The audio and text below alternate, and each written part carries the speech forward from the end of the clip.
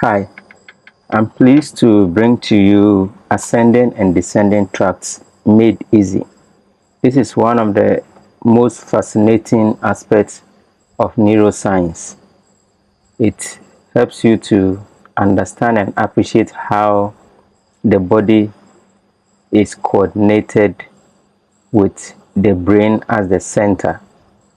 We want to look at how the receptors of the skin send and transmit stimuli through first, second, and third order neurons to the cerebral hemispheres, and for it to be interpreted and then sent down by motor neurons all the way to the skeletal muscles.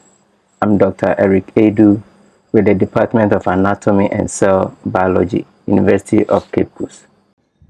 This is the part 2 of the ascending and descending tracts we considered. Now, we've said that the second order neuron will synapse with the third order neuron at the level of the thalamus, and then the third order neuron will go to the primary somatosensory cortex. It actually passes through the internal capsule before it reaches the somatosensory cortex. So we want to look at that internal capsule. So this is the thalamus, and that is a portion of the internal capsule. That is the corpus callosum. Now you have the fibers going through this. So that's the white part I was trying to explain to you. A lot of fibers. So this internal capsule is what has been designed here. It has an anterior limb and then a posterior limb. And these demarcations you see there with the face, arm, trunk, and leg is indicative of where the fibers are coming from. So it is only fibers of the face that will pass through this segment. Only fibers of the arm will pass through this segment.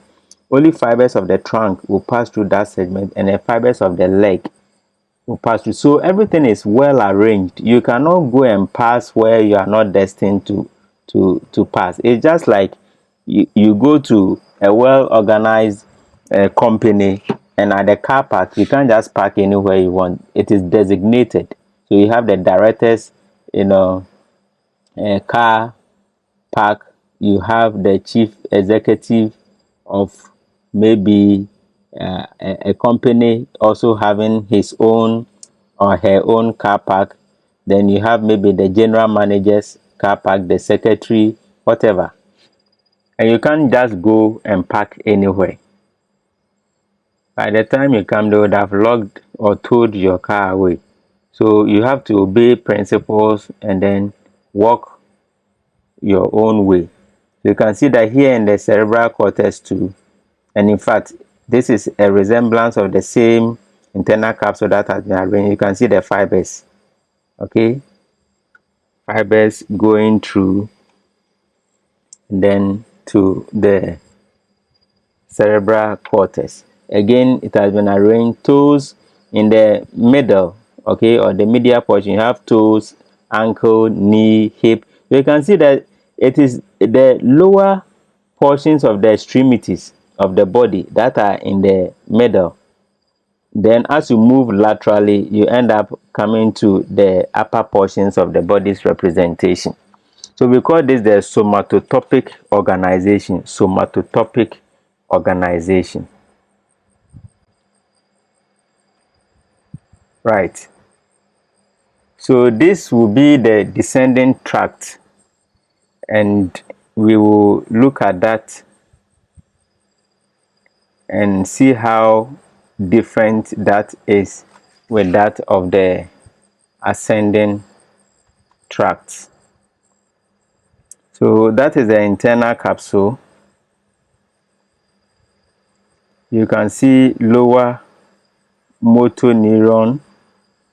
You can see anterior corticospinal tract, lateral corticospinal tract. So this is a descending tract.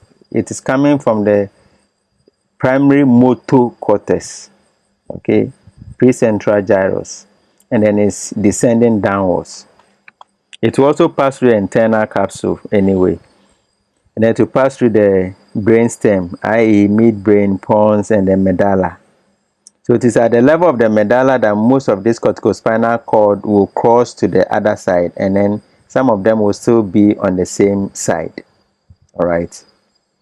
So the neurons that are coming from the top and descending, we can also call them a first order neuron. That is before they synapse. All right. Most of them will come and synapse at the ventral horn of the spinal cord.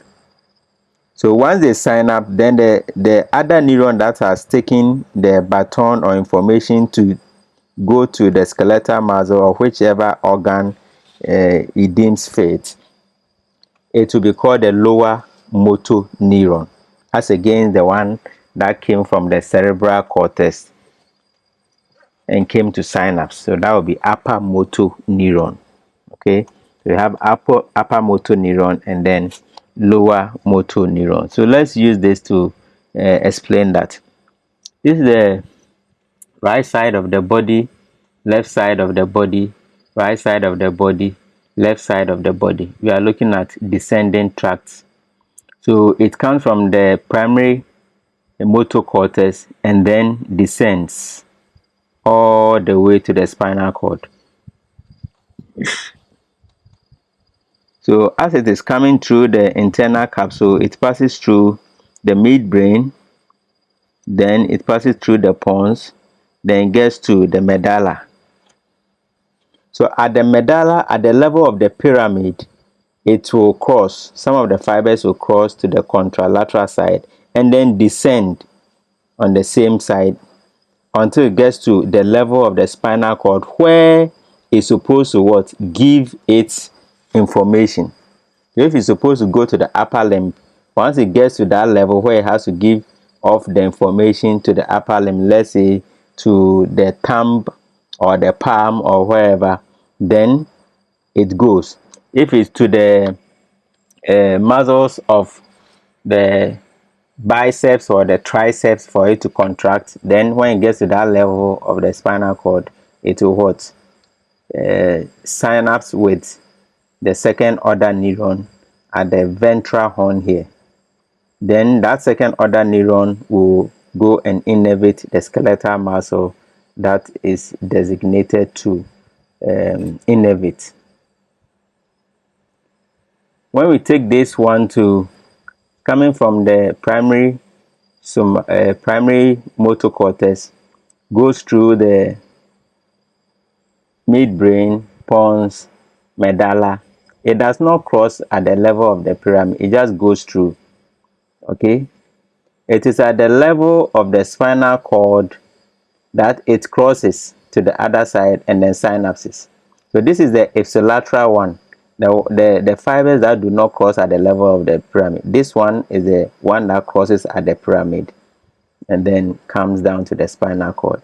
This one does not decussate or cross. It only decussates when it gets to the level of the spinal cord that is supposed to give off the information to the second order neuron. So that is the difference between the two parts or two types of descending tracts.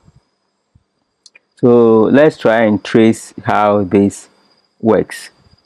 So you have corticospinal neuron from the primary motor cortex, and then look at the pathway. It goes all the way to the spinal cord.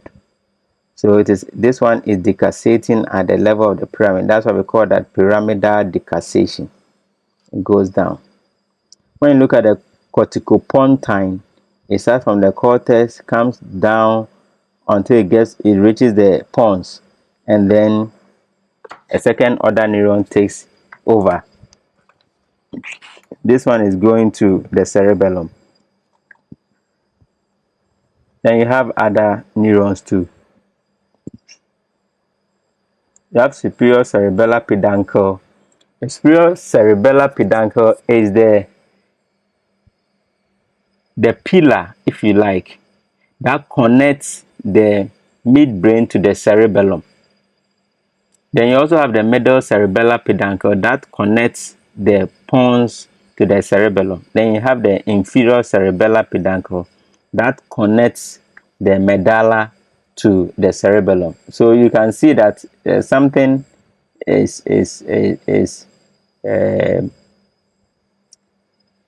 how will I put it?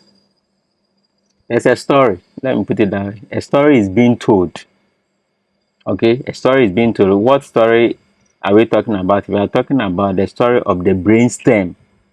So if you remember your brainstem video lecture very well, you realize that what I've mentioned so far, superior cerebellar peduncle, middle cerebellar peduncle, inferior cerebellar peduncle, and the midbrain, pons, and medulla respectively, as I have said, are connected to the cerebellum through those pillars.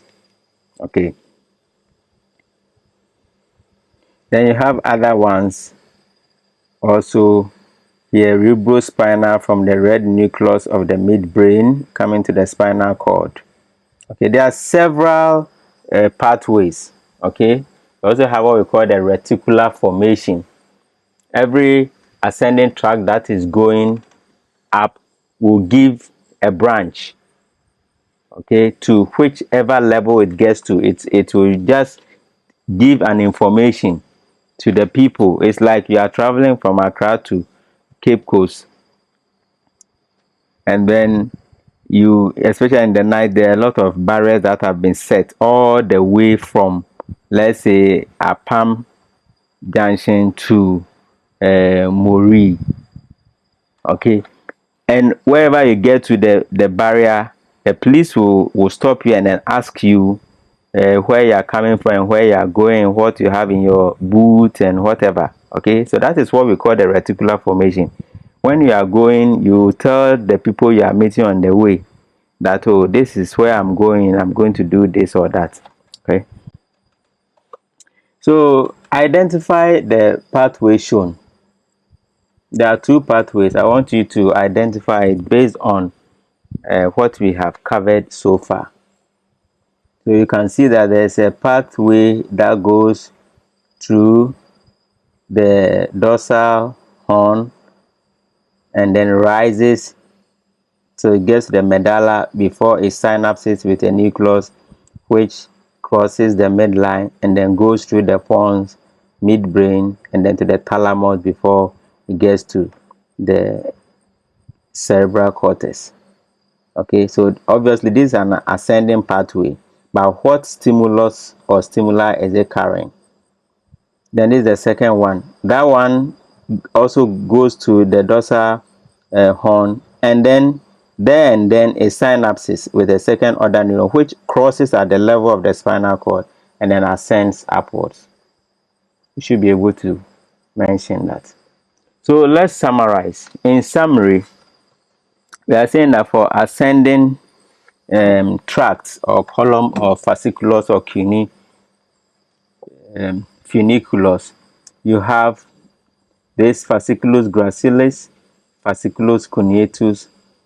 They will be carrying fibers. Okay, that's what we call the dorsal column, because this is at the dorsal portion of the spinal cord. You should know where their nuclei will be situated and whether it is a first order neuron or not. It's a first order neuron, so its nucleus will be in the dorsal root ganglion. Okay, it is destined to go to the medulla where it will synapse with the nucleus gracilis and nucleus cuneatus, and it is going to what? Cross the midline for medial lemniscus. That is posterior spinocerebellar. Always the name will tell you the origin and where it is destined to. Spinocerebellar from the spinal cord to the cerebellum. So this is an unconscious pathway. Lateral spinothalamic. That will be pain and temperature pathway. Remember that that is the one that once it enters the dorsal column, it synapses with a second order neuron which crosses the midline. So this portion is indicative of where it rises through the other segment of the spinal cord on top of it, okay, and goes all the way. All right. Then have the anterior spinal cerebellar from the spinal cord to the cerebellum, also an unconscious pathway. Spinotectal, anterior spinothalamic, also very important. And then you have the anterior corticospinal tract and then lateral corticospinal tract. So the lateral corticospinal tract will be the one that decassated, the descending tracts, the one that decassated will be lateral corticospinal. Those that do not decassate at the level of the pyramid, but rather come and decassate at the level of the spinal cord, will become the anterior corticospinal, tract. So you also have medullary reticulospinal, vestibulospinal, and then pontine reticular. So I told you there are several, ascending and descending pathways, but the most notable ones are the ones we have covered. Cerebrospinal, that is from the red nucleus of the midbrain to the spinal cord. So in essence, we have covered the ascending and descending tracts. I hope this video helps. Thank you very much.